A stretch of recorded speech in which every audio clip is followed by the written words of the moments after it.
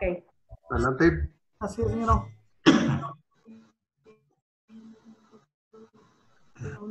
Buenas tardes a todos. Vamos a dar el día de hoy a la conferencia mensual de aquí de Guanajuato. Guanajuato, perdón. ¿Qué pasó con eso? Hombre, chingado. Bueno, No te digo. la costumbre. Bueno, para esto le voy a ceder la palabra al subdelegado de aquí de nuestra, el ingeniero Ernesto Jauregui. Adelante, ingeniero. Hola, muy buenas tardes a todos. Por encomienda del doctor Enrique Mendoza Puga, delegado de la asociación, que por causa mayor no pudo acompañarnos ahorita, me voy a permitir hacer la introducción y la presentación para esta conferencia. Contamos con un expositor de lujo, un expositor que viene a compartir el conocimiento, su formación, su dedicación a la investigación. Y es el caso del doctor Paul Garnica. Voy a permitirme a dar lectura a una pequeña semblanza de la trayectoria del doctor Garnica. Es ingeniero civil, egresado de la UNAM, con estudios de maestría en mecánica de suelos, también en la UNAM, doctor en geomancia por parte de la Universidad Joseph Fourier en Francia. Ha sido asistente a la investigación en el Instituto de Ingeniería de la UNAM en temas de análisis dinámicos y estáticos de presas con el método de elementos finitos. Durante los estudios doctorales trabajó en temas sobre la simulación de la interacción suelo-estructura en cimentaciones profundas. Desde 1994 es jefe del Laboratorio de Investigación en Infraestructura en el Instituto Mexicano del Transporte, Centro de Investigación y Desarrollo Tecnológico de la Secretaría de Comunicaciones y Transportes. Desarrolla líneas de investigación en mecánica de suelos, en mecánica de rocas, agregados e ingeniería de pavimentos. Destaca en especial la línea de investigación en comportamiento de geomateriales en la infraestructura de transporte. Tiene más de 80 artículos publicados en diversos congresos y revistas nacionales e internacionales. Ha dirigido un gran número de tesis de licenciaturas y maestrías con estudiantes pertenecientes a diversas universidades de todo el país. Ha sido docente dentro de la carrera de Ingeniería Civil en la Facultad de Ingeniería de la UNAM, en la Maestría de Mecánica de Suelo de la Universidad Autónoma de Querétaro y en la Maestría de Vías Terrestres en la Universidad Autónoma de Chihuahua. También docente dentro de la formación de Ingeniería Civil del Instituto Politécnico de Grenoble en Francia. Actualmente es profesor de Mecánica de Suelos del Instituto Tecnológico de Monterrey, Campus Querétaro. Ha sido invitado a impartir un gran número de cursos y conferencias en distintas universidades, tanto de México como de América Latina. Es consultor de proyectos especiales en temas de diseño, evaluación y gestión de pavimentos. Ha recibido reconocimientos por parte de la Sociedad Mexicana de Mecánica de Suelos, de la Asociación Mexicana de Vías Terrestres, de la Asociación Mexicana de Asfaltos y la Asociación Española de la Carretera. Es representante de México ante la Asociación Mundial de Carreteras, donde es miembro del Comité Técnico Internacional sobre Pavimentos. Pues como ustedes ven, contamos hoy con la exposición del doctor Garnica, especialista, y nos enriquece mucho ese compartir el conocimiento con la conferencia de hoy en el cálculo de la vida remanente en pavimentos asfálticos, situación que agradecemos de su gran experiencia y compartirla. Muchas gracias, doctor. acompañarnos el día de hoy. Bueno, muy bien, pues muchas gracias por la presentación, ¿no? Un gusto, por supuesto, estar con todos aquellos que nos escuchan en diferentes lugares del continente, sobre todo cuando me invitan a hablar de cosas que me gustan, ¿no? Cuando me invitaron a la Asociación Mexicana de Vías Terrestres de Delegación Guanajuato, yo les dije, muy bien, pero pues vamos a hablar de la historia del arte o de algo de ingeniería de carreteras. Me dejaron ver que sería mejor algo de carreteras y que fuese útil. Y bueno, el tema que he propuesto tiene que ver mucho con, lo veo yo un poco como una necesidad que el mercado está requiriendo, al menos en la ingeniería de carreteras en México, para buscar otras formas de calcular de algún modo lo incalculable o lo que es difícil de calcular, ¿no? Ese concepto que en carreteras, en particular en pavimentos, solemos llamar la vida remanente. Ahora que lo menciono, en realidad son dos conceptos en carreteras y sobre todo en diseño de pavimentos que nos persiguen eternamente, ¿no? Por un lado, la vida útil, ¿qué es la vida útil? Y luego, cuando entra en operación, nos olvidamos de la vida útil y hablamos de la vida remanente. Como digo, ambas de muy difícil determinación. He notado además que en muchos de los reportes que se han estado presentando ante la Secretaría, ¿no? Varios métodos de cálculo o de intento de cálculo de vida remanente se han hecho y han estado utilizando mucho esta herramienta que en el Instituto Mexicano del Transporte desarrollamos, que es el MTP en su versión 3.0. Y por eso creí conveniente de hacer algunas aclaraciones para poder hacer uso correctamente, o al menos más adecuadamente, ¿no?, de esta herramienta para poder tener una valoración un poquito más adecuada. Nunca voy a decir certera, porque certera en ingeniería es muy difícil de establecer. Digamos que con suficiente incertidumbre, un manejo de confiabilidad más o menos adecuado para que los ingenieros responsables pueden estar tomando decisiones año con año, sobre todo para fines de planeación y de presupuestación, de lo que va a estar requiriendo el pavimento para mantener su funcionalidad o su desempeño. Muy bien, entonces, dicho esto, voy a compartir mi presentación que les he preparado especialmente para ustedes, ¿no? Esta, bueno, si es de interés, por supuesto que se las puedo compartir, ¿no? A una módica cantidad, no es cierto, ¿no? Con mucho gusto ahí luego vamos a ver cómo le hacemos para que los que nos están escuchando, si les interesa, porque si no les interesa, pues no se las mandamos. Entonces yo creo que si lo piden por correo a la Asociación Mexicana de Vías Terrestres de Delegación Guanajuato, con gusto les hacemos llegar esta presentación, ¿no? No la tienen antes porque apenas la terminé hace unas horas, porque es algo relativamente nuevo lo que voy a hablar, al menos en la segunda parte. Ahí tienen mis datos de contacto, mi correo electrónico institucional para todos aquellos que quieren información de lo que realizamos en el Instituto Mexicano de Transporte en general y, por supuesto, en todo lo que tiene que ver con infraestructura en particular. Y, bueno, algunos de ustedes me siguen en redes sociales, ahí están mis direcciones en Facebook y en Twitter, ¿no? Cada vez comparto mucha documentación temática, no solo mía, sino de muchos colegas en el mundo de instituciones, sobre los temas, por supuesto, sobre los temas que me interesan, ¿no? Pero pues que tiene que ver todo con la ingeniería de carreteras y por eso es que muchos de los que se están conectando, pues la verdad es que los conozco en persona y me da mucho gusto saludar. Bien. Vamos pues al fondo del asunto, ¿no? El cálculo de la vida remanente, debo precisar, para pavimentos asfálticos.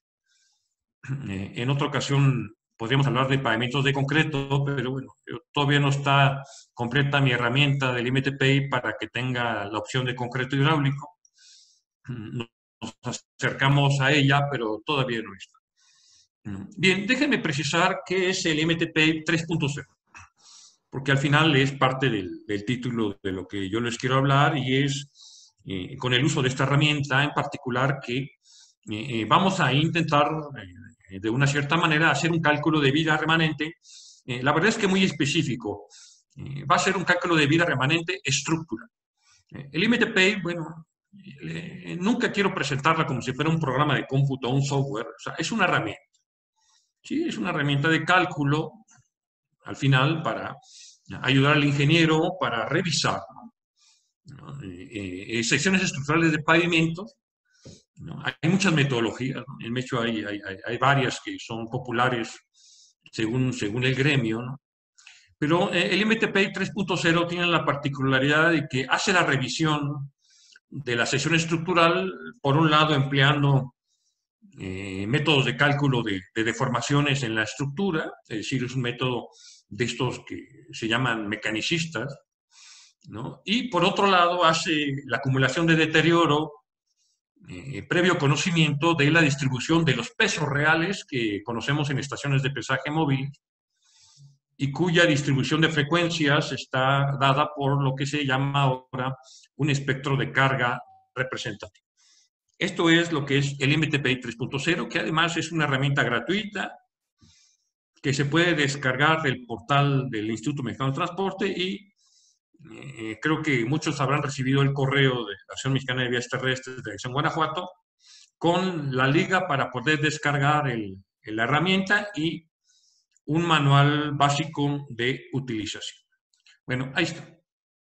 Ahora, el MTPay 3.0 es, como lo mencionaba, pues una herramienta de cálculo y como método de ingeniería, pues es un modelo, es decir, está basado en algunos postulados, como este que ven ustedes ahí, ¿no? En el que la sección estructural, pues la consideramos de cierta forma, ¿no? De alguna manera con ciertas limitaciones, ¿no? Es decir, aquí, pues finalmente es un sistema multicapa, es un conjunto de capas, cada uno teniendo su espesor y un cierto módulo. Deben recordar siempre que el módulo pues, es una relación esfuerzo-deformación que queda determinado por el tipo de ensayo de laboratorio que se usa para su determinación. Y bueno, en ese tenor es que aparecen los adjetivos, esto de módulo dinámico, que usamos mucho ahora ya para los valores de módulo en carpeta asfáltica, en mezclas asfálticas, ¿no? O de módulo resiliente, que utilizamos mucho para caracterizar esa relación esfuerzo-deformación que se presenta en los suelos y en los materiales granulares. Este es pues el primer postulado del MTPay 3.0, o sea, asumimos el pavimento con una modelación para poder calcular. Y esto tiene un corolario que va implícito como tal y que es consecuencia de la suposición del postulado anterior, y es los cálculos que vamos a hacer de deformaciones críticas y de esfuerzos, por supuesto, están basados pues, con metodologías que tienen su origen pues, en lo que llamamos la teoría de la elasticidad. ¿No? De ahí viene un poco la relación de módulo, nada más que el módulo en elasticidad típica pues se obtiene como una relación con el esfuerzo de formación en un de carga estática, mientras que los conceptos de módulo dinámico y de módulo se tienen que obtener en ensayos de carga cíclica. Esto es importante que debemos tener. Aquí tienen ustedes el esquema de la acción estructural tipo que manejamos dentro del modelo del MTPI, que de hecho es un poco el mismo esquema que se suele utilizar en todos los métodos que se llaman mecanicistas. Es decir, un conjunto de capas de propiedades muy diferentes que interaccionan entre sí. Muy diferentes, sobre todo por el contraste de propiedades que tienen y que ha estado siempre en el dolor de cabeza de lo que nos dedicamos un poco a tratar de calcular algo que sea más o menos representativo, ¿no? Por ejemplo, ¿no? En términos generales, los módulos de la carpeta asfáltica que usamos en México normalmente son de 3.000 megapascales para una un PG74 22 en una mezcla densa, ¿no? Y a 21 grados centígrados y una frecuencia de 10 Hz. 3.000 megapascales. A comparar con los módulos que tiene la base granular, ¿no? Por ejemplo, que suelen ser de 300 megapascales. Entonces, imagínense comparar un módulo de 3000 megapascales en la capa de rodadura con un módulo de 300 megapascales, si bien le va en un material granular. Por supuesto que si la base la tenemos estabilizada de alguna forma, con cemento o con asfalto, podemos subir drásticamente los valores de este módulo para tener del orden de 600, 1000, incluso 1500, 2000 megapascales.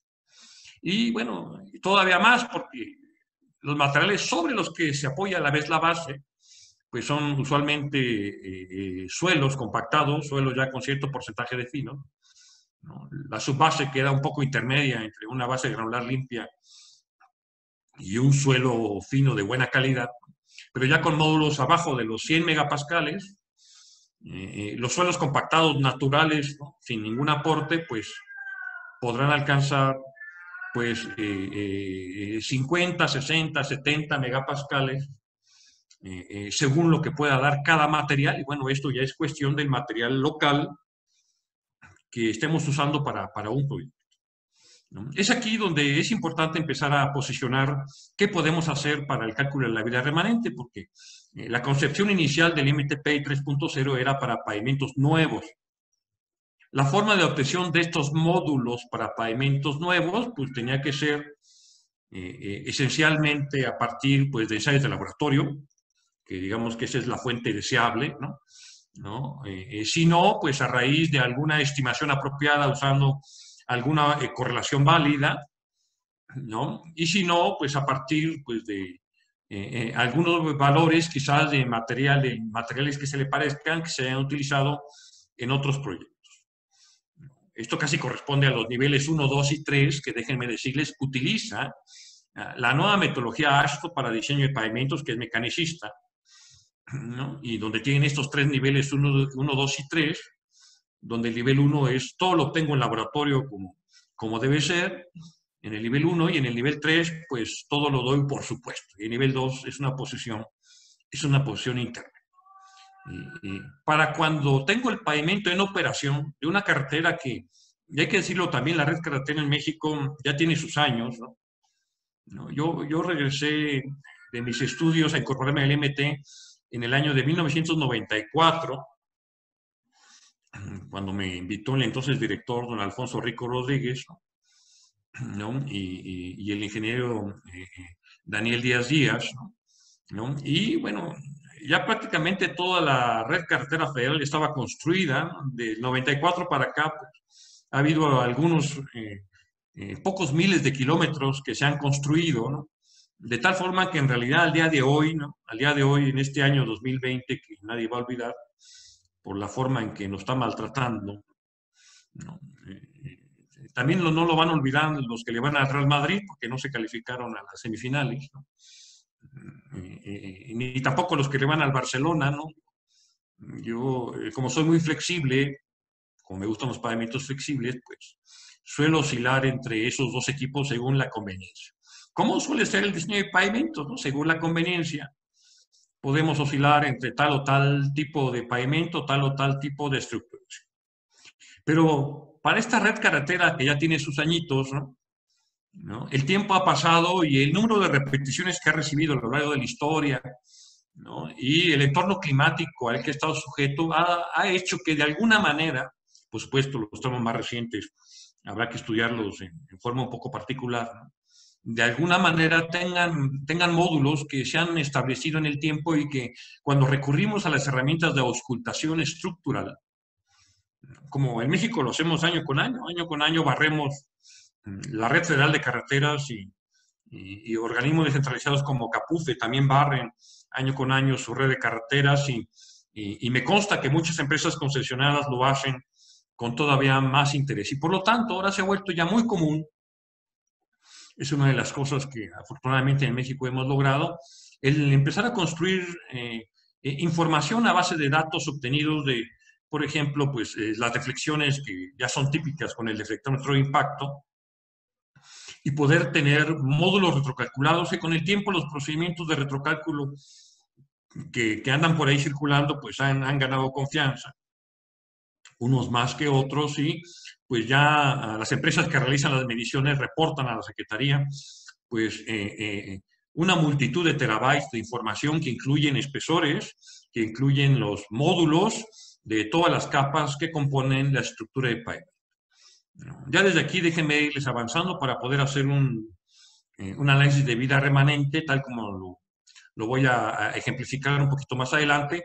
Pues los módulos de cada una de las capas vamos a considerarlos como válidos, los obtenidos a través del retrocálculo que año con año estamos realizando en toda la red nacional de carreteras para incluir absolutamente a todos los caminos, ¿no? Bien, eso es por un lado, ¿no? Ahora, la teoría finalmente es un modelo, lo que ven ustedes ahí es un modelo, es una suposición de cómo yo voy a considerar la estructura de pavimento con un pretexto primario. El pretexto primario es poder calcular, ¿no? Y ahí están mencionados, ¿no? Déjenme poner aquí mi opción de puntero láser, aquí está, ¿no? Los dos puntos clave que en el MTP consideramos, y que yo creo que el 80% de las metodologías mecanicistas del mundo así lo consideran, es decir, oye, pues vamos a ver para la carpeta asfáltica el problema del agrietamiento, ¿no? Y vamos a ver para las capas inferiores de la terracería el problema de las deformaciones permanentes que se van a acumular, ¿no? Y sobre esas dos variables es sobre las que se concentra absolutamente toda la metodología de cálculo de muchos métodos mecanicistas. Sí debo decir que ya la nueva metodología AASHTO considera más criterios, todavía demasiado sofisticados para poder implementarlos adecuadamente, pero bueno, va en el camino de lo que parece ser el rumbo en los próximos decenios de lo que va a ser el desarrollo de pavimentos, ¿no? Lo malo de la licencia AASHTO es que vale $7,500 anuales para una sola computadora, así como que no la quieren vender mucho, y sobre todo porque en Estados Unidos ha habido muchos problemas de calibración, ¿no? Y hay otros que han preferido utilizar sus propias metodologías mecanicistas, como son California y Texas, por ejemplo.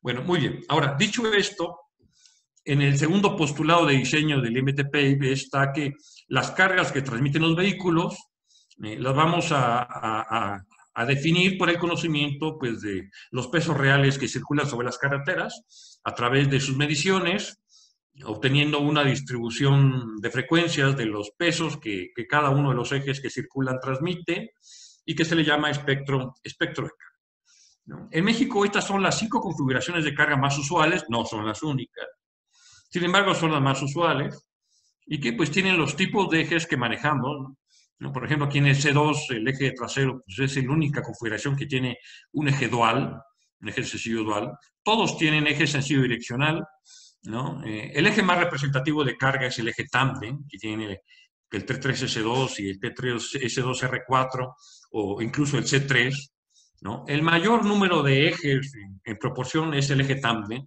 ¿no? Dejando aparte el eje direccional que por supuesto todas las configuraciones tienen, y pues algunas configuraciones de autotanques, de lo que solemos llamar en México el T3S3, tienen los ejes trident. Independiente del tipo de vehículo, cuando colocamos una estación de pesaje, ¿no? Aquí no traigo la imagen de la estación de pesaje, pues hacemos la medición de cada uno de los ejes, ¿no? Es decir, por ejemplo, si un T3S2, aquí está mal porque me faltó el R4, ¿no? Pasa sobre una estación de pesaje móvil, de estas que llamamos WIM, pues mide 9 ejes, ¿no? Uno correspondiente al eje direccional, y después empieza 2 por cada tándem, 2, 4, 6, 8, más 1, 9.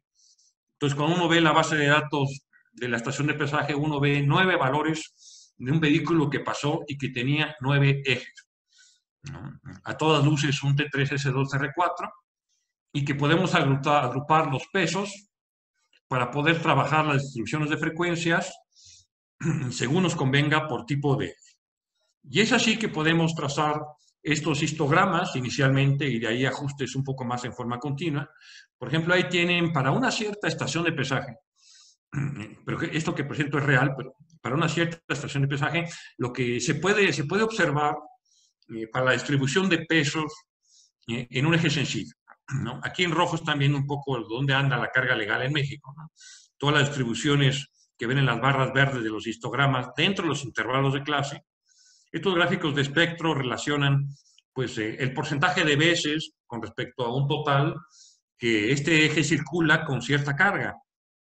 Y como es un histograma, pues entonces estamos contando el número de ejes que circulan con cierta carga, ¿no? Entre 0 y 1 tonelada, 1 y 2, 2 y 3, y es 1 tonelada el intervalo de clase que estamos utilizando, ¿no? Entonces aquí tienen una buena distribución de frecuencias de peso para un eje que suele cumplir los reglamentos.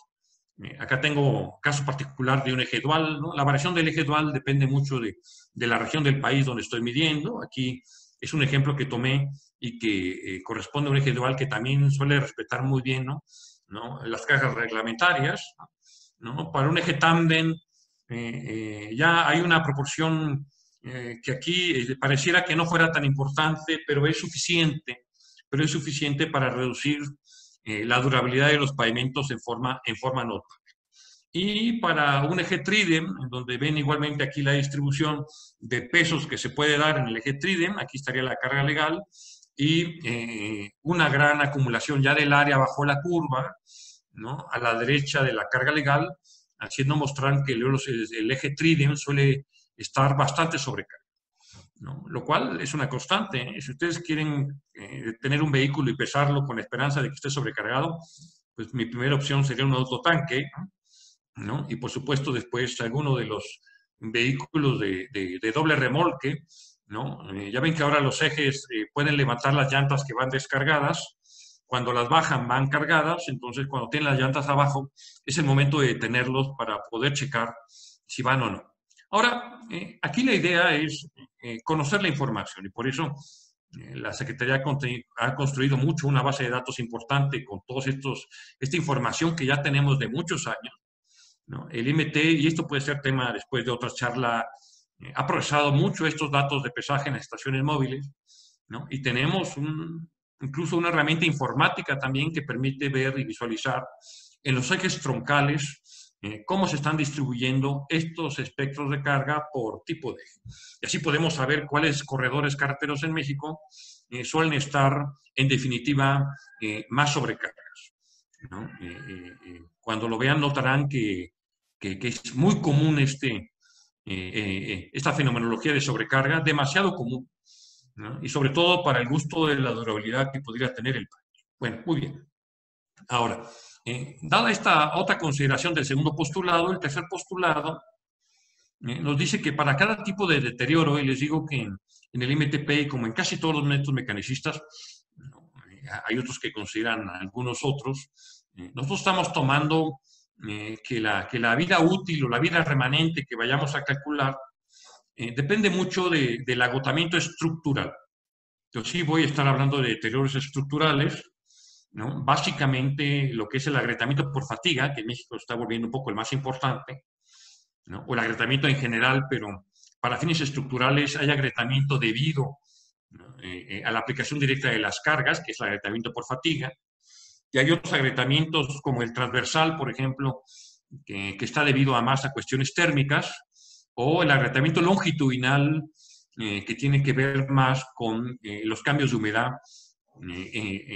hacia la zona del derecho de vía con respecto al centro del país, ¿no? Entonces aquí estamos hablando de agotamiento estructural básicamente. Y por lo tanto, tampoco estamos tomando en esto, ¿no? Oye, para este pavimento, ¿cuánto nos queda de vida en términos de IRI? Porque el IRI es una variable de regularidad superficial que está indirectamente relacionada, aunque sí lo está con todo lo demás. O tampoco estamos hablando de cuánto cambia, por ejemplo, la macrotextura o la fricción, cuando estos dos valores son exclusivamente responsabilidad, pues, de la capa de rodado, ¿no? Y no tienen una relación directa, la verdad es que no lo tienen, o sea, la fricción y la macro no tienen una relación directa con el porcentaje de agrietamiento por fatiga o de deformación permanente que pudiéramos tener. Son valores esenciales, pero en que el MTP 3.0 no podría hacer ninguna predicción. Para eso, pues pueden buscar muy bien en internet a una señora que pudiera predecir ahí, esotérica un poco, oiga, ¿puede predecir qué IRI va a aparecer en 5 años o qué macrotextura? O hacer estudios particulares de variabilidad. Y eso, pues puede ser temática de otra conversación que podemos tener, por supuesto, cómo cambia la fricción que medimos en México con el MUMITER, cómo cambia la macrotextura, ¿no? también que son temas que yo sé que son relevantes, ¿no? Y esenciales. Bueno, muy bien. Ahora, para acumularlo matemáticamente, y esta la paso rápido para que no crean que voy a presentar demasiadas fórmulas matemáticas, porque es además la forma en que realizamos la acumulación de daño, ¿no? Conforme van pasando los vehículos, y es un cociente. Aquí son sumatorias, porque esta sumatoria implica que I va desde I igual a 1 hasta el número de ejes, del tipo de ejes. Nosotros tomamos los ejes sencillos direccionales, duales, tándem y trident. 4 tipos de ejes. Entonces, I va desde I igual a 1 hasta 4. J va desde igual a 1 hasta el número de intervalos de clase para cada eje que estemos tomando. Como lo hacemos cada tonelada y podemos tener pesos hasta 30 toneladas o más, ¿no? Podemos tener, por ejemplo, 35 intervalos de clase.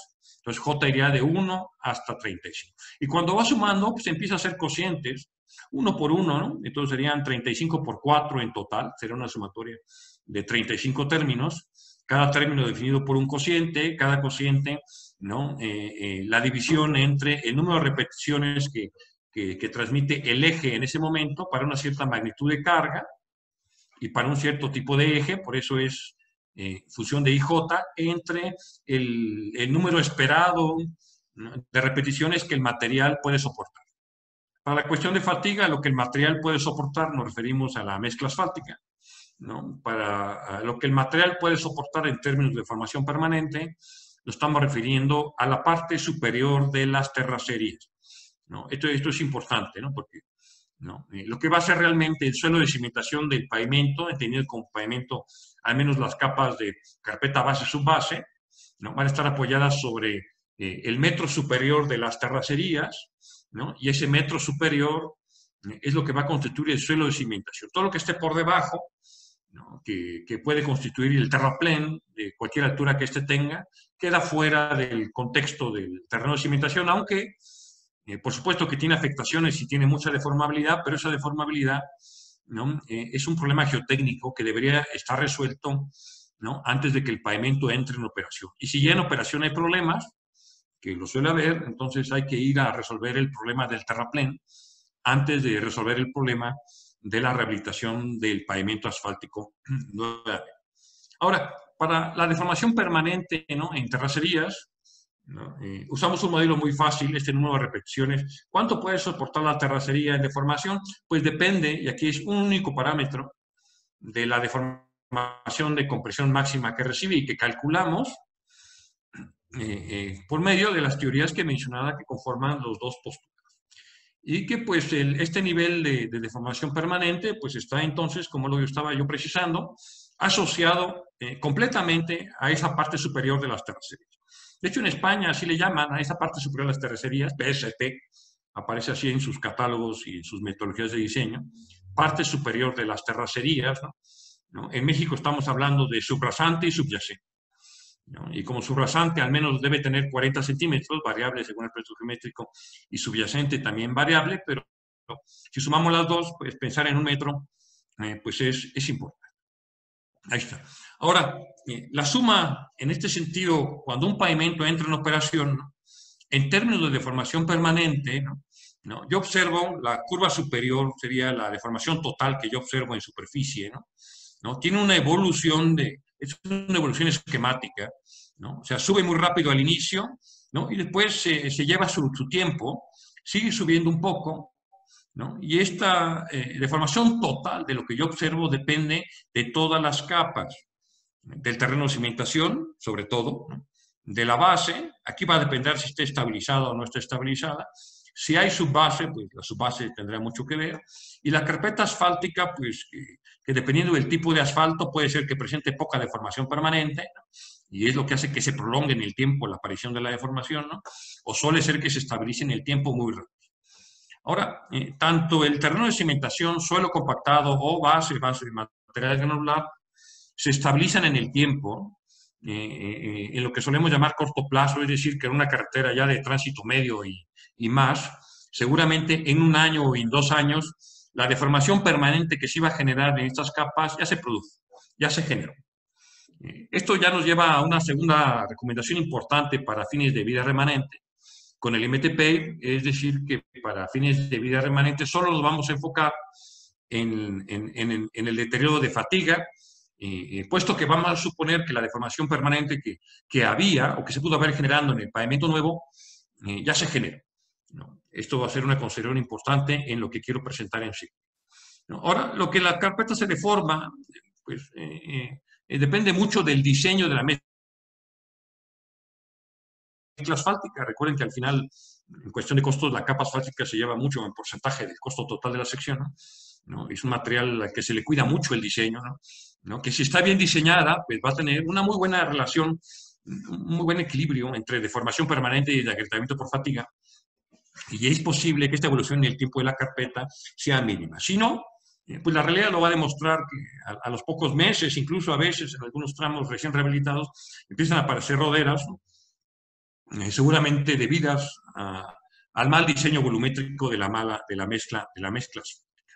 Bueno, ahora para fatiga, también la fatiga, como ya lo mencionaba, es en el que nos vamos a enfocar para fines de vida remanente, va a estar asociada a la capa asfáltica, ¿no? Y que va a estar debida sobre todo cuando tenemos problemas de niveles de deformación de tensión que se estén ahí presentando por alguna razón.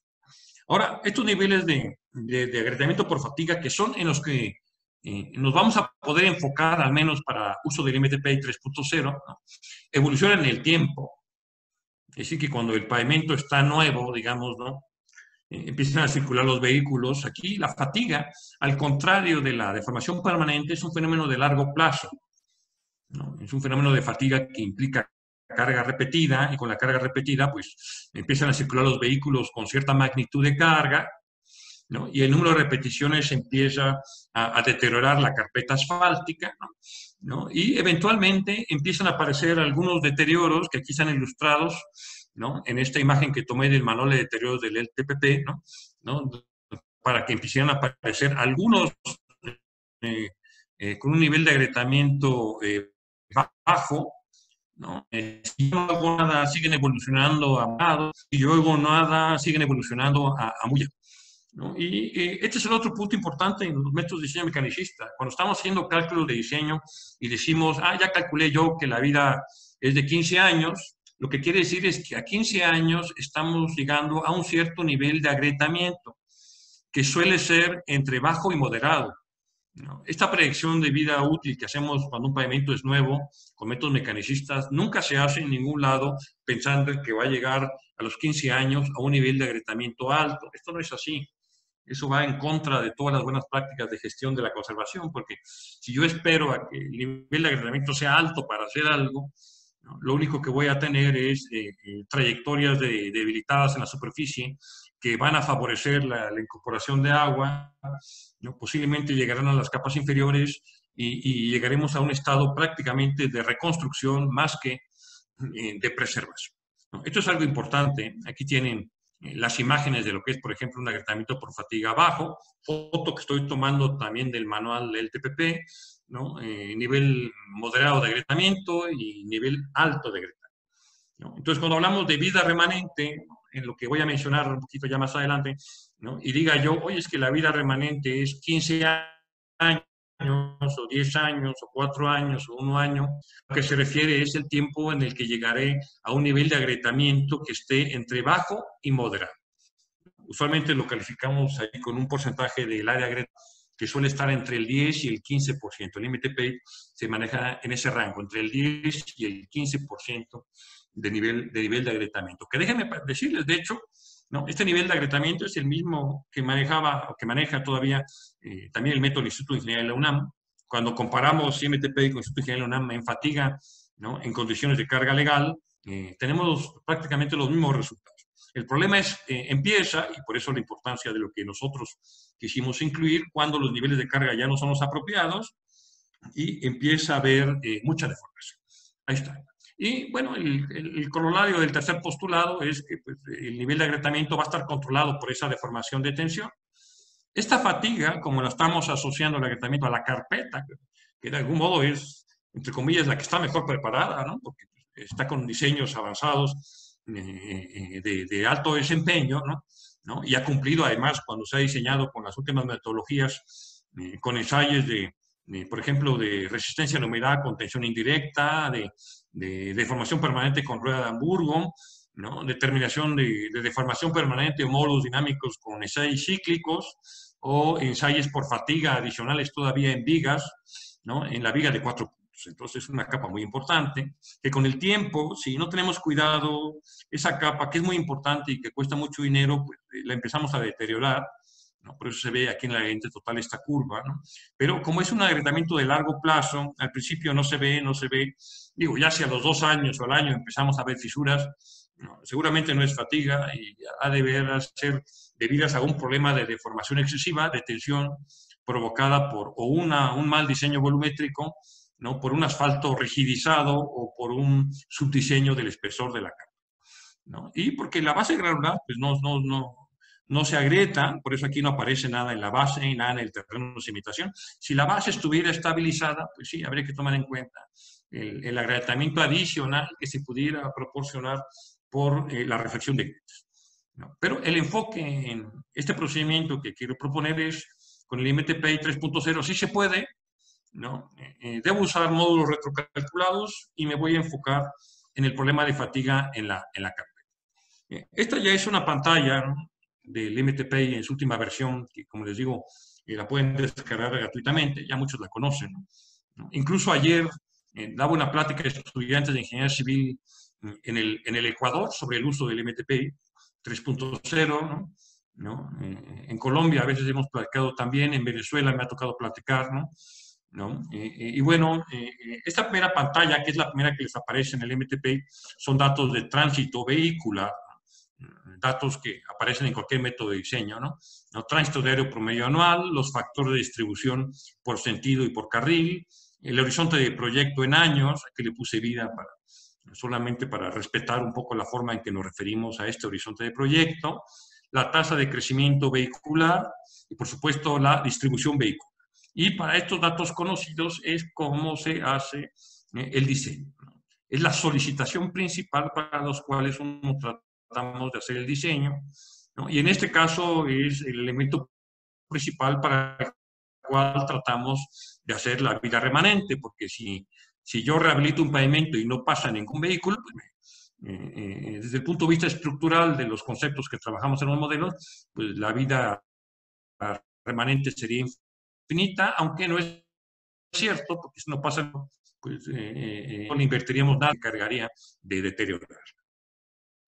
Ahora, adicionalmente, pues tenemos la información muy importante que yo trataba de resaltar antes de la medición de los pesos reales, de tener los espectros de carga adecuadas. El MTP tiene los escenarios que están ahí mostrados, desde la carga legal, ligera, alta y muy alta sobrecarga, y una sección avanzada donde yo puedo hacer un ajuste matemático de las mediciones que haga en mi tramo en particular, ¿no? Y por lo tanto se puede aplicar en cualquier país siempre y cuando tenga yo los datos de pesaje, ¿no? Alguna vez hicimos un ejercicio hace unos años, y también por eso ayer estaba hablando de eso en Ecuador, ¿no? Trabajamos un poco con el Ministerio de Obras para que les diéramos nosotros los espectros de carga para 3 estaciones de pesaje, ¿no? Y poder incorporarnos el MTPI. De hecho, hay una versión del MTPI para el Ecuador que funciona gracias a que tenemos datos de pesaje. Eso era la buena noticia para el Ecuador. Lo malo es que tiene niveles de sobrecarga tan fuertes o mayores que los que tenemos nosotros en México. Y bueno, finalmente hacemos una revisión de la sección, suponiéndole pues espesores y módulos que para una sección de pavimento que vamos a revisar para fines de remanente, de vida remanente, los vamos a conocer, porque espesores los solemos ya conocer. También año con año se reporta en los datos que nos dan las empresas que miden para la Secretaría estos valores, y los valores de módulo retrocalculo. Y la herramienta pues nos da una vida estimada por fatiga y por deformación, pero para el caso de un pavimento nuevo los dos son importantes. En el caso de un pavimento en operación, sobre todo cuando tenga ya más de 2 años, 3 años de operación, la vida por fatiga es en la que nos... Muy bien, ahora para el que esté interesado en saber un poco más del índice de presión, aquí solo hago un pequeño a través de una academia, la Academia de Tips, y a lo mejor recibieron hace rato por parte de... le pedí al responsable, al director de la Academia Geotech Tips, que les diera, si están interesados a los que ahora me están escuchando, casi es como, solamente hoy, ya sueno a los vendedores que suele uno escuchar ahí en los programas de deportes, para que tengan la mitad del costo, ¿no?, en la inscripción. Ahí está la liga, y pues yo sé que por ahí está conectado también gente de la empresa de Geotech Tips, para que les haga llegar la liga y con la tarifa especial para el que quiera tomar. Este es un curso de 20 horas, que tiene mucho más trabajo porque tiene tareas que hay que resolver, ¿no? Pero no hay límite de tiempo. Uno se inscribe y uno puede llevarlo completamente a su ritmo. Entonces, altamente recomendable. Ahora, déjenme ejemplificar en los minutos que me quedan, aunque ya estoy viendo que me están pasando los minutos, ¿no? Esto en un ejercicio que hicimos, ¿no?, con un estudiante de la Benemérita Universidad Autónoma de Puebla, de la UAP, ¿no?, el ahora maestro Gerardo Cerecero, que de hecho sé que está aquí conectado, ¿no?, y en el cual en su momento empezamos a valorar justamente y hacer cálculos, como lo estoy comentando, en la red de caracteres. Y bueno, con él empezamos a procesar, y todo lo que voy a presentar está basado en la base de datos 2018, que es la última que yo tengo a discusión, ¿no?, y sobre todo con las medidas de auscultación estructural, con las medidas de flexiones, en donde teníamos disponibles para toda la red. Vamos a manejarlo a un nivel de red en este momento, ¿no?, pero en toda la red, bueno, a mucho detalle lo podemos hacer. Lo que voy a presentar es un ejercicio a nivel de red, en donde tenemos espesores, tenemos los tipos de pavimento y tenemos, por supuesto, los módulos retrocalculados, que es lo que estoy sugiriendo que usemos. Es una información valiosa que se gastó mucho dinero para obtenerla, está ahí en muchos años.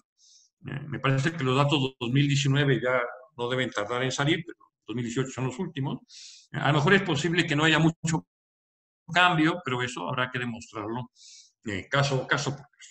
Déjenme entonces hacer un comparativo en lo que sigue, y voy a tomar un tramo de referencia, ¿no?, que en este caso va a ser el Querétaro Ciudad Juárez, ¿no?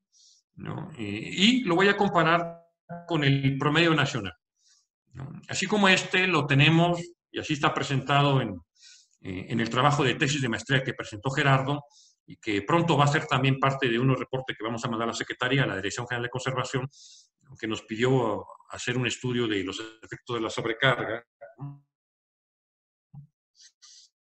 donde analizamos los 15 corredores, para los 15 corredores, de ejemplo, ¿no? Por ejemplo, aquí tengo el tipo de pavimento, ¿no?, en la Querétaro Ciudad Juárez, el 99% es pavimento asfáltico, ¿no?, y cuando a nivel nacional el 96% es pavimento asfáltico y el 4%. En el tipo de base que está ahí presente, ¿no?, el 96% en el caso de Querétaro es base granular. Finalmente son pavimentos que, como decimos, ya tienen su historia, y eso se construyeron un poco con las secciones de pavimentos clásicos usando material granular. La buena noticia es que, como el tiempo ha pasado, ese material granular, que ahora para un diseño de pavimento de alto tránsito a lo mejor pensaríamos quizás en estabilizarlo con cemento, la verdad es que ya es el mejor material posible en esos pavimentos que ya tienen mucho tiempo, porque pues la deformación permanente que se podía haber presentado ya se generó, y pues a mí me gusta decir que eso hay que dejarlo ahí, hacer uso de la capacidad estructural que nos puede dar, que además no va a cambiar en deformación, y tomarlo en cuenta sobre todo en términos del módulo de resiliencia que puede aportar. Ahí pueden ver que en estas mediciones a nivel nacional, el 11% de las secciones estructurales tienen una base con asfalto, una base negra, y el 10% tienen ya base cementada. Pero el caso particular de este tramo, de este corredor, pues prácticamente todo es base granular, salvo pequeñas fracciones como la ven ahí. 3% solo tiene base con cemento.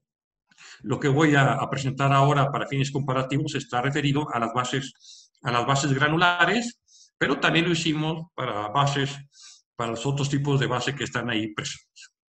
Ahora, aquí está la presencia de la subbase, y van a decir, caray, ¿no?, porque en este corredor Querétaro de Ciudad Juárez, ninguno de los tramos reportados tiene subbase, cuando a nivel nacional 15% tiene subbase. Bueno, esto es tomado tal y como ha sido reportado en los reportes de auscultación estructural de las empresas, ¿no? ¿no? Y tiene que ver también mucho a que ya después de muchos años diferenciar cuando hace uno las exploraciones entre base y subbase, sobre todo a nivel estructural, ya no es tan claro, ya no es tan nítido, ¿no? Y esto hace que, pues entonces, prácticamente el sistema lo podemos considerar, pues si no hay subbase y tengo yo un módulo retrocalculado, como si esta no estuviera presente. Sin embargo, hay muchos tramos en que la subbase sí se reconoce, en un 15% de los casos, ¿no? Y que es a nivel nacional, pero depende otra vez de cada corredor. En el caso del Querétaro Ciudad Juárez, pues la subbase es una capa que no está representada. Y bueno, eso hace que con esta información ya yo puedo definir rápidamente cuáles son las secciones representativas de esos corredores, ¿no? A menos con esta base de datos 2018, en espesores, ¿no? Vean, este tramo tiene en promedio 16 centímetros de carpeta asfáltica. Por supuesto, a mejor son en la historia 2 o 3 carpetas asfálticas o, ¿no? En anteriores hubo un fresado y reemplazo. Lo cierto es que ahora pues tiene 16 centímetros de material asfáltico, suponer como una sola capa, y que además se nos reporta cuál es el módulo retrocalculado que le corresponde. Aquí es muy homogénea la red. Bueno, vean la comparativa con nivel nacional en espesor de 6,15 centímetros, la base 22,22, para el caso de suprasante y demás, que está reportado en todos los casos 29 y 28. Es decir, que para fines de cálculo con el MTPI fácilmente podríamos hacer un análisis para fines de vida remanente con nada más que 3 capas, con estos espesores y los módulos retrocalculados que corresponden. Bueno, ahora, en cuanto a los módulos, aquí les presento también la comparativa, ¿no? Y para hacerlo, estoy haciendo uso del diagrama de cajas que se usa mucho en inferencia estadística, ¿no? Les recuerdo que el análisis de cajas así presentado, lo que está en esta cajita azul está entre los cuartiles 25, 50 y 75. Es decir, que el 25% de los módulos están arriba de la parte inferior del cuadradito azul, rectángulo azul, y el 75% de los módulos está por abajo de la parte superior de la caja. Y lo que aparecen ahí, que son bigotes, que así se le llama en electroestadística, son valores extremos, que pueden ser muy extremos, pero la esencia del pavimento está concentrado en la zona de la caja. Vean entonces cómo los módulos retrocalculados, otra vez, en historias, todos los reportados en las mediciones que se contratan año con año y que cuestan mucho dinero, en este corredor Querétaro Ciudad Juárez, el promedio, bueno, lo correcto es decir, el cuartil 50, tiene un módulo de 2.530 megapascales, cuando a nivel nacional anda por 2.600. Aquí no lo estoy presentando, porque la verdad es que muchos corredores andan del mismo orden, ¿no? Y por lo tanto son comparables. Entonces, aquí el ejercicio es para la sección estructural que presenté anteriormente, con un módulo que esté dentro de lo que marca el cuartil 25 y 75. Para el módulo de la base, que es granular, en fin, un módulo, ¿no? Representado por 348 megapascales, a nivel nacional 375. ¿no? Es decir, muy consistente la obtención de módulos en muchos de los materiales que han sido parte histórica de la construcción de las carreteras en México. Para la subracente, 67 megapascales en el corredor particular, y a nivel nacional, 75 megapascales. Todavía más, adicionalmente a eso, ¿no? Tenemos información, por ejemplo, de valores de TDPA. Bueno, están reportados siempre en datos viales. Pero en el 2018, por ejemplo, en Querétaro, Ciudad Juárez, andábamos en un diagrama de caja entre el 25 y 75% de cuartil, de 14.376 de TDPA, en un solo sentido. Estos valores es en un solo sentido. Esto se podría repartir por carril o no, según convenga. El ejercicio que voy a hacer no los repartí. Cuando a nivel nacional, aquí ya se ve un poco de diferencia, andan en el orden de 10.000 vehículos diarios en un solo sentido de circulación. Y también tengo composición vehicular. Tengo aquí, por ejemplo, que en el tramo particular, el 75 y 76% de estos vehículos son vehículos automotores tipo A, 20.8 son vehículos de carga. A nivel nacional, 25% de vehículos de carga. Y si adicionalmente yo a esto tuviera los espectros de carga, pues tengo toda la información necesaria para poder hacer un intento de cálculo de vida remanente en fatiga. Les presento unos gráficos de resultados finales de esto, ¿no? Aquí le estoy presentando la vida remanente en el eje vertical con el escenario de carga. Aquí está presentado para los 4 que tenemos disponibles en el IMTP. Si yo por aquí tuviera otro medido con una estación de pesaje particular, que la puedo agregar, tendríamos aquí para carga legal ligera sobrecarga, alta y muy alta sobrecarga, ¿no? Lo que está en azul es el promedio nacional, ¿no? La parte superior de la zona azul es el promedio nacional, ¿no? Diríamos en el caso de Querétaro que pues anda muy pegado al promedio nacional, en el sentido que si todo fuera legal, para ese TDPA que mencioné anteriormente, esos espesores y módulos también, tendríamos una vida remanente todavía de 9 años, es decir, 9 años en el que podríamos esperar que los niveles de agrietamiento no sobrepasaran el 15% de área agrietada. Ahora, si eso sucede, cuando el área agrietada pasa el 15% de lo esperado, pues la verdad es que cada administración responsable, sea privada o pública, tiene que decidir, hacer su propia gestión, ¿no? Y entonces decidir si hace algo para reparar y reponer el pavimento como si estuviera nuevo, o al menos reducir el agrietamiento, porque si no lo hace, seguramente habrá un mayor acelere, ¿no? Y por supuesto se va reduciendo la vida remanente con ligera sobrecarga, que es solamente en eje tándem, ya se cayó hace 6 años, ¿no? Prácticamente 3 con alta sobrecarga, ya no digo muy alta sobrecarga donde le queda un año de vida. Otra vez, recuerden que la vida se refiere al tiempo para el cual se presentaría un valor del 15% de área agrietada por fatiga en particular, ¿no? Un escenario muy común, al menos en los ejes troncales hacia el norte del país, es la alta sobrecarga. Pero aquí estamos revisando para todos, ya sí, esto es una información que nos permite hacer estudios comparativos. Por ejemplo, acá tengo para otro corredor, lo mismo que hablé para el corredor de Querétaro, Ciudad Juárez, aquí lo tengo para el Mícono Laredo, que es un ejemplo de corredor en donde tengo más vida remanente para cualquier escenario de carga que la media nacional.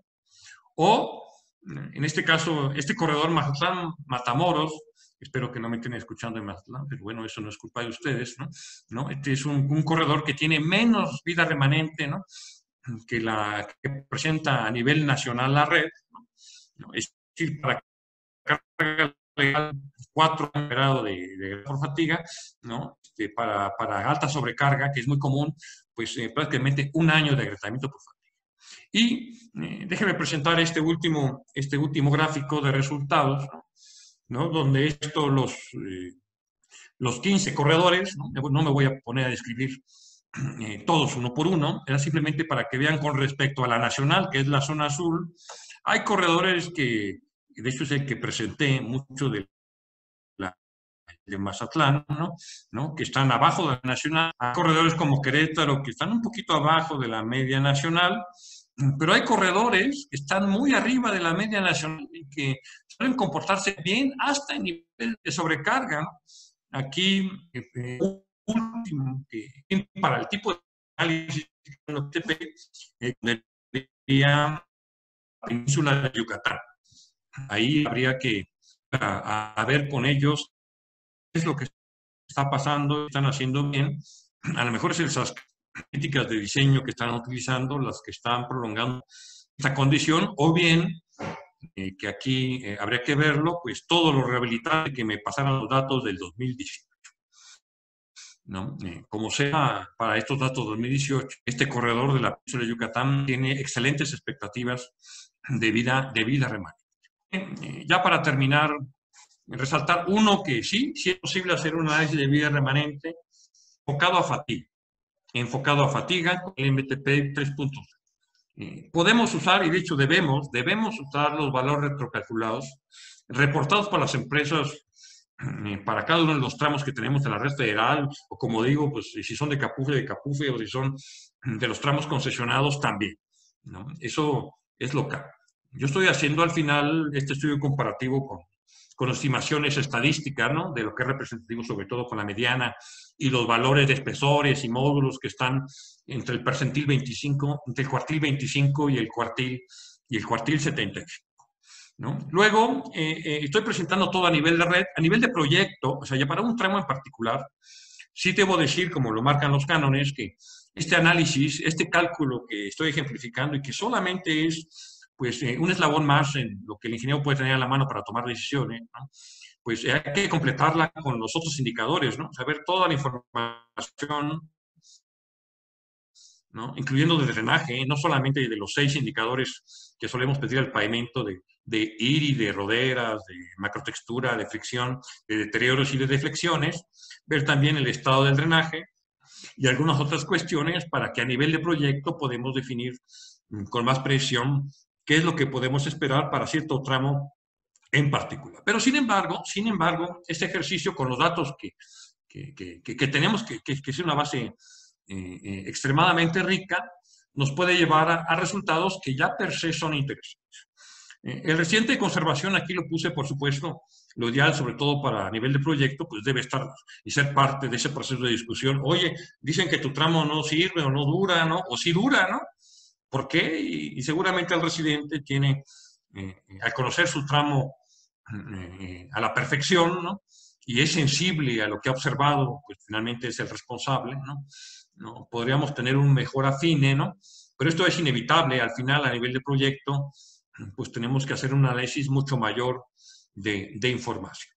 Y bueno, con esto yo termino mi presentación. Les agradezco su atención, por supuesto, y voy a dejar de compartir para poder pasar, si tienen algunas preguntas que se me van a hacer o dudas, que a lo mejor son muchas, las podemos intentar resolver.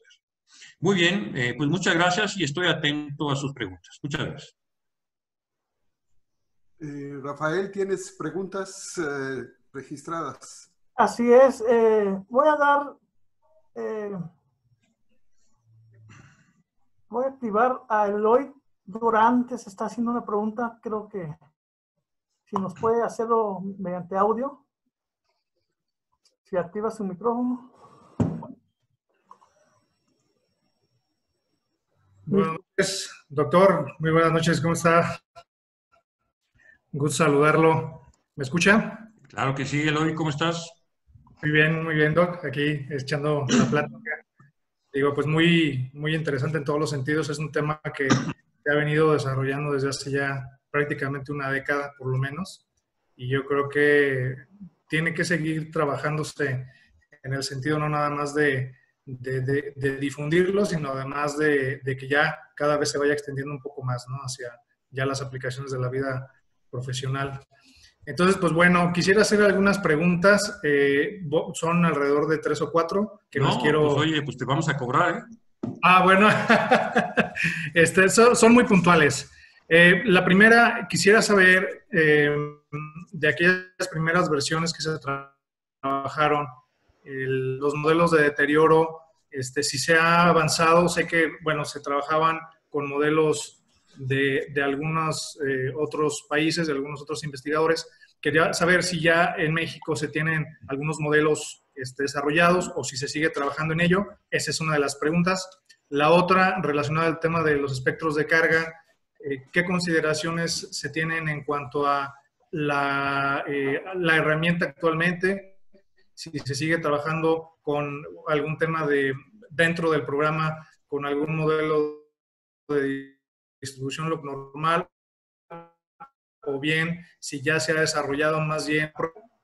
Y en el tema de el uso, ya la aplicación en la vida real, o más bien dicho, en el uso extendido ya en el ámbito profesional, pues la pregunta de los 64,000 es, ¿se sigue utilizando, sigue prohibiendo mucho el tema de un caso, pues es el DISPAP, igual a metodología AASHTO 93?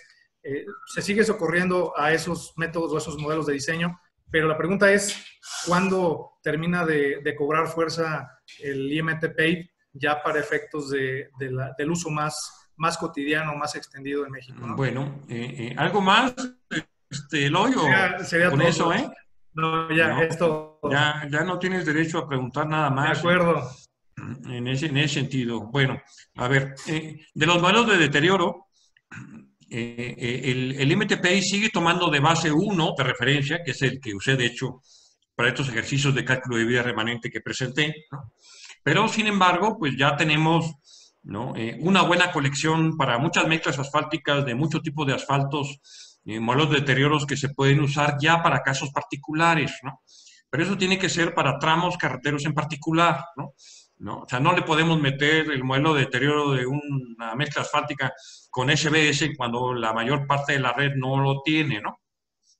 ¿No? Ya la parte del MTPI ya te permite, ¿no?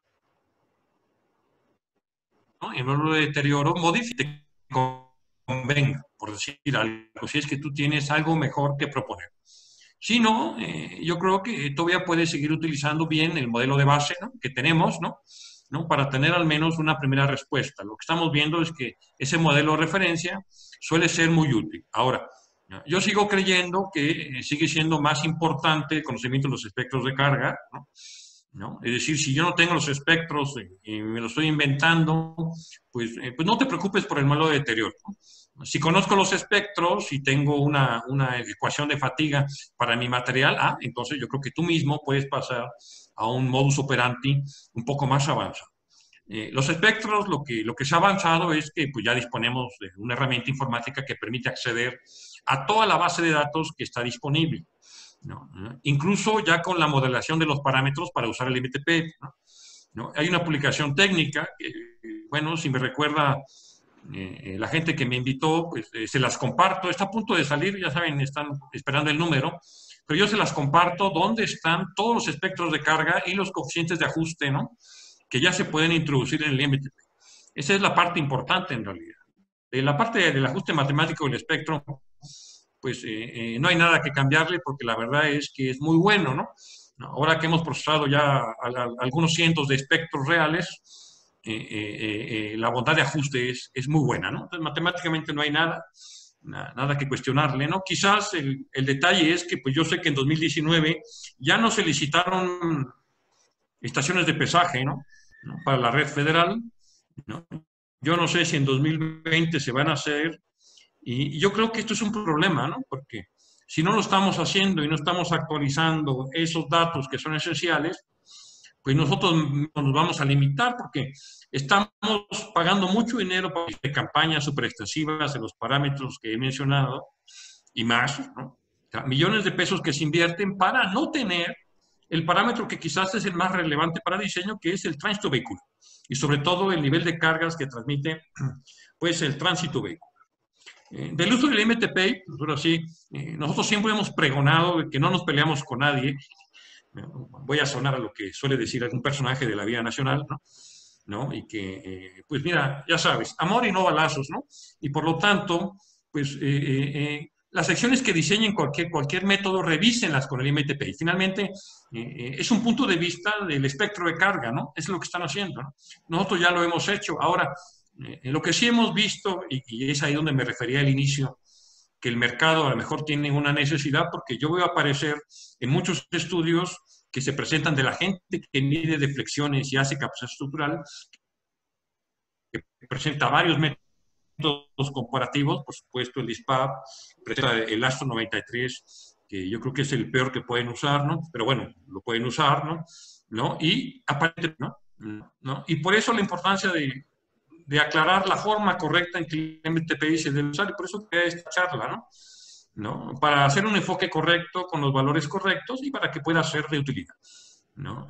Puede ser de utilidad hasta, como ya lo comentaba, en países como Ecuador, que ya tienen una versión, ¿no? Para usar ellos, y que ayer en lo que hablaba con ellos, pues igual están un poco, ¿no? Tratando de impulsar pues, la apertura a nuevas formas de cálculo. ¿De acuerdo, Luis? Ok. Doctor, tenemos una pregunta de Jorge Nevado. Sí. Dice, ¿una carpeta de pavimento asfáltico con material de escoria tiene menos agrietamientos por fatiga? Bueno, ese es otro tema, ¿no? Yo diría, en palabras sabias, no lo sé, ¿no? O sea, no lo sé porque hemos hecho algunos estudios nosotros con material de RAP ¿no? Y hay empresas que lo han hecho para tramos particular, porque es cierto que cada vez más es más frecuente, ¿no?, la aparición de RAP. En estos momentos yo creo que no sería capaz de decirte si una mezcla asfáltica reciclada con RAP tiene mejor o peor comportamiento de una mezcla asfáltica densa en caliente nueva. Aunque si me dijeras hay que apostarle, por ejemplo, si me dices tú tienes que apostarle a la final de la Champions, ¿no?, que pues va a ser el Bayern contra el Paris Saint-Germain, pues yo le voy a ir al Bayern, ¿no? Aunque ojalá ganara el París, ¿no? Bueno, un poco en mezclas así está, ¿no? Es decir, la referencia en comportamiento, y porque tenemos mucha información, y más o menos conocemos muy bien caliente, ¿no? Si tú me dices que es un asfalto porque es tibia o fibra, ¿no?, el comportamiento aumenta en demasía importante. Eso es categórico, ¿no? Pero el límite inferior no está claro porque depende del porcentaje de RAP, depende del tipo de RAP, depende del porcentaje de incorporación de ligante nuevo, ¿no? Depende del correcto diseño volumétrico de esa mezcla nueva en RAP, ¿no? Entonces, yo creo que ahí no se puede dar una respuesta general, se tiene que hacer el estudio en particular, porque yo he visto mezclas en RAP que, vamos a decir, se comportan al parejo de una mezcla densa en caliente, y hay mezclas en RAP que tienen la mitad de la vida útil, ¿no?, cuando uno ve los ensayos de fatiga de 4 puntos. Entonces, eso van a tener que ser estudios particulares. Eso es lo que yo podría decir, Rafael. Ok, doctor. En este momento cedo la palabra al doctor ingeniero Ernesto Jauregui. Doctor, una pregunta. Mira, nosotros tenemos aquí el PPS sobre la 45 de la Querétaro La Piedad, y en alguna de las estaciones de pesaje que tiene un PPS, veíamos que las unidades que se excedían en el pesaje era el T3S3, como el T3S2R4. Mi pregunta es, cuando ustedes hacen el análisis de que tienen una sobrecarga ligera o una alta sobrecarga, ¿qué porcentaje es? Nosotros llegamos a ver que a veces hasta el 30% arriba de las que son pesadas, ¿no? Pero en el estudio, en el análisis, ¿qué porcentaje se está incrementando de la legal? Y bueno, mira, en tu caso es todavía más fácil, Ernesto, porque a lo que estás diciendo ya tienes la información, tienes los espectros, ¿no? ¿Sí? Ahí lo que corresponde es meter tus espectros en el diseño, ¿no?, directamente. O sea, no tienen necesidad de ajustarte a uno de los escenarios previstos, ¿no?, puesto que tienes la información. Entonces ahí lo que tocaría es tocar, ahora sí, o que diríamos tomar la siguiente clase, ¿no?, para ver cómo se hace el ajuste matemático de tus espectros y cómo se incorporan en el MTP. Ahora, como cuando en el MTP y tú seleccionas el escenario, a lo que tú me dices, seguro andamos en el escenario de alta sobrecarga o de muy alta sobrecarga. Okay. La pura comparación de espectros que te aparecen ahí, porque aparece gráficamente el espectro que yo tomo, contra tu espectro, te permite incluso decidir cuál de los dos es más conveniente. Y todavía más, como yo lo hice en esta presentación, pues podemos comparar en varios escenarios, ¿no? Comparen todos, compara incluso en el legal, yo siempre llamo a que comparen en el legal porque es lo que hace ver, ¿no?, lo que la infraestructura en México está perdiendo, ¿no?, por culpa de un enemigo que además conocemos, pero no estamos tomando en cuenta. Yo oí una vez una conferencia del doctor Alberto Jaime del UNAM en tema de resiliencia, y ya ves que en resiliencia habla uno, pues, ¿no?, del cálculo de los riesgos, y que del riesgo, ¿no?, al final se calcula como un producto, y que ese producto es la probabilidad de ocurrencia que multiplica el costo de que ese fenómeno ocurra. Y el mismo doctor mencionaba que en México hay un cáncer, ¿no?, poco a poco en carreteras, que va deteriorando la infraestructura, que va dañándola, y aunque no es huracán, en el tiempo le cuesta más al país, y esa es la sobrecarga, ¿no? Esto es algo que he hecho el foro para resaltar. Entonces, ahora sí, Ernesto, cuando quieras, te ayudamos a hacer el ajuste, ¿no? De tus propios espectros y hacer el análisis, pero haces para todos los escenarios. Yo creo que al final es en el análisis paramétrico que cualquier método de ingeniería potencia su utilidad. Eso es lo que yo te podría decir. Gracias.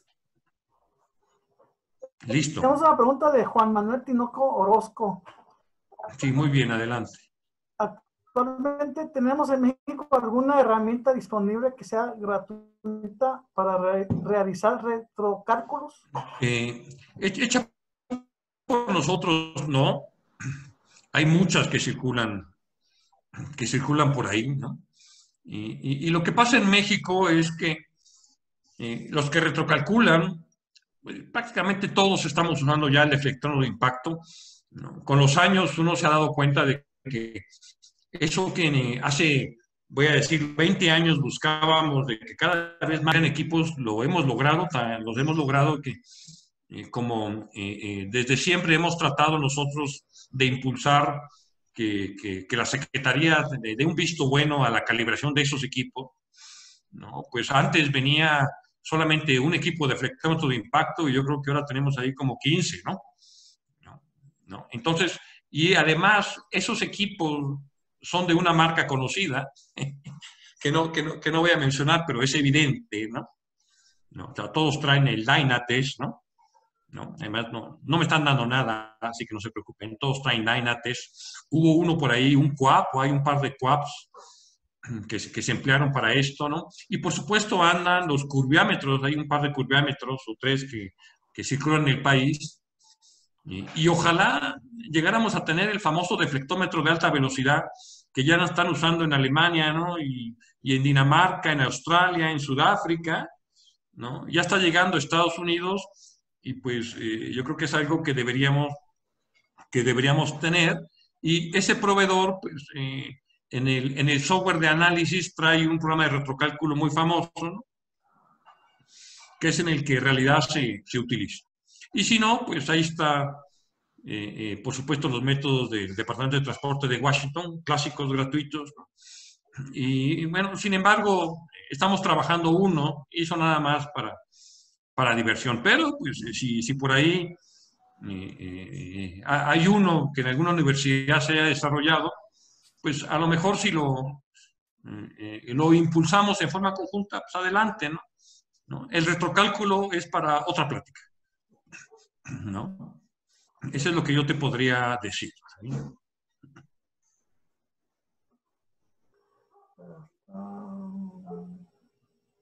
No veo más preguntas. Eugenio Sánchez ya está haciendo una pregunta. Comenta que es una pregunta, pero veo que es más comentario que pregunta. Doctor Paul, en el sistema de gestión de conservación de las autopistas o carreteras, existe una variable que a muchos de los ingenieros que nos dedicamos a la conservación saber con exactitud cuál es el espesor idóneo para garantizar la mayor vida remanente. Bueno, yo voy a tener que responder otra vez así un poco socrático, ¿no? Pero pues, el espesor idóneo es el que te marque el buen proyecto de ingeniería. Ese es el espesor idóneo. No es ninguno inferior, sobre todo ninguno inferior, ¿no? Seguramente ninguno superior. Ahora, el buen proyecto de ingeniería toma mucho de lo que yo comenté y muchas otras cosas, ¿no? De hecho, el MTPI permite hacer, por ejemplo, análisis probabilísticos para tomar en cuenta variabilidad, como lo hace el método AASHTO, y como lo hace el método Instituto de Ingeniería de la UNAM, y como lo hace todo método de diseño que intente hacer un diseño variable más allá que un diseño determinista, ¿no? Pero al hacerlo se topa en un problema porque se ve obligado a tratar de aceptar el diseño probabilista, y el diseño probabilista va a decirlo, oye, para que tú te logres ganar el melate, con más probabilidad tienes que comprar el 95% de los cachitos, ¿no? Y eso, pues, es inviable, ¿no? Económicamente, y un buen diseño, a lo mejor con un método de alta confiabilidad, te va a decir, pues, que tienes que tener un espesor y unos materiales que van a hacer el costo de la acción estructural completamente inviable. Por eso, el buen proyecto de ingeniería mezcla mucho de lo que comenté y muchas otras cosas, ¿no? Entre eso también, por supuesto, los bancos de material, ¿no? El proceso constructivo, los flujos de construcción, ¿no? Nunca estará de menos subrayar la importancia de los actores de supervisión de la calidad para que cuando entre en operación, ¿no? Ese espesor idóneo que definió el buen proyecto de ingeniería de veras sea y se mantenga en el tiempo como idóneo, ¿no? Porque ahora escuchamos hablar pues, de conceptos como pavimento perpetuo. Yo todavía hace rato leía un documento de pavimento perpetuo, ¿no? Y escuchaba yo al director de carreteras del Departamento de Transporte de Illinois, ¿no? Y pues lo que decía es, lo que se espera es que el pavimento dure tampoco eterno, ¿no? O sea, 15, 20 años antes de reemplazarlo, una parte de la carpeta, ¿no? Que es en realidad lo que siempre intentamos hacer, nada más que ahora pues, queremos potenciar otros materiales y tratamos de cambiar un poco el nombre, ¿no? Con todo respeto, es como decir ahora estos conceptos nuevos de inteligencia emocional, cuando siempre ha tenido que ver siempre con la capacidad social de cada individuo de adaptarse a cualquier problema que se le presente, ¿no? Y lo presentamos bajo un término nuevo, que bueno, está bien para las nuevas generaciones, ¿no? Bueno, no es que yo sea vieja generación, pero el tiempo pasa y los hijos crecen, ¿no? Ahí está lo que te puedo decir, Rafael. Okay. No veo más preguntas, ingeniero Jáuregui. ¿Algún comentario? Pues más que nada agradecer a todos los asistentes, a los miembros de la delegación, a los compañeros de la Secretaría de Comunicaciones y Transportes, ahí al ingeniero Clemente, qué gusto saludarte, a estudiantes y amigos, el que nos hayan acompañado en esta conferencia, pero muy particularmente a agradecer a Paul Garnica el nivel de trabajo que nos expone. Yo creo que tiene que voltear la Secretaría en una forma muy pragmática a lo que está sucediendo en nuestros pavimentos y buscar siempre las alternativas de mejor costo. Y si no hay este tipo de trabajo de investigación, nos vamos a quedar muy rezagados con recetas caseras y condiciones poco óptimas para la Secretaría y para el país, ¿sí? Pues agradecerles a todos ustedes esa participación, a los miembros también de la delegación por estar todos acá reunidos. Muy bien, pues muchas gracias a todos, ¿no? Y nos veremos en la próxima oportunidad, ¿no? Gracias. Buenas tardes. ¿Hay algún comentario? Activo micrófonos a todos para que se despidan.